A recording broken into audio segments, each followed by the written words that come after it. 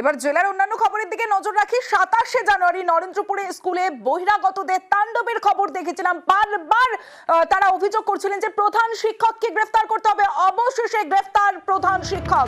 স্কুলে তাণ্ডবে প্রধান শিক্ষককে গ্রেফতার করা হলো।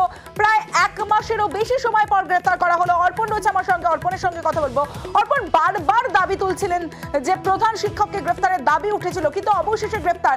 কেন এত দিন পর গ্রেফতার করা হলো প্রধান শিক্ষককে? দেখো, পুলিশের পক্ষ থেকে স্পষ্ট জানানো হয়েছে এই ঘটনার পর থেকেই তিনি এলাকায় থাকছিলেন না। বেশ কিছু সময় দেখা গিয়েছে যে তার বাড়িতে পুলিশ গিয়েছে এবং তার আত্মীয় স্বজনের সঙ্গে দেখা করেছে, কিন্তু তার কোনো খোঁজ পাওয়া যায়নি। শেষ টাওয়ার লোকেশন তার পূর্ব মেদিনীপুর সহ একাধিক জায়গায় পাওয়া গেলেও তাকে গ্রেপ্তার করা সম্ভব হয়নি।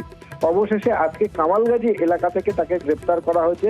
বারুইপুর পুলিশ জেলার পুলিশ সুপার তিনি জানিয়েছেন যে তাকে গ্রেপ্তার করা হয়েছে এবং আগামীকাল তাকে বারুইপুর মহকুমা আদালতে পেশ করা হবে। তুমি জানবে, এই ঘটনায় 4 জনের নাম লিখিত আকারে দেওয়া হয় এবং আদার্স 50 জনের নাম দেওয়া হয়। মোট এই প্রধান শিক্ষককে গ্রেপ্তারের পর দেখা গেল 9 জনকে, মোট এখনো সব মিলিয়ে 9 জনকে গ্রেপ্তার করা হয়েছে। তবে এখনো এই ঘটনায় বনহুগলি 2 গ্রাম পঞ্চায়েতের যুব তৃণমূল কংগ্রেসের সভাপতি আকবর আলী খান তিনি পলাতক রয়েছেন এবং আরো এই প্রধান শিক্ষককে নিয়ে লিখিত আকারে যে 4 জনের নাম দেওয়া হয়েছিল তার মধ্যে 3 জনকে গ্রেপ্তার করলো পুলিশ।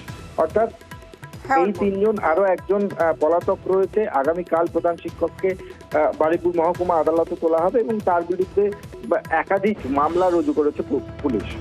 বেশ অর্পণ।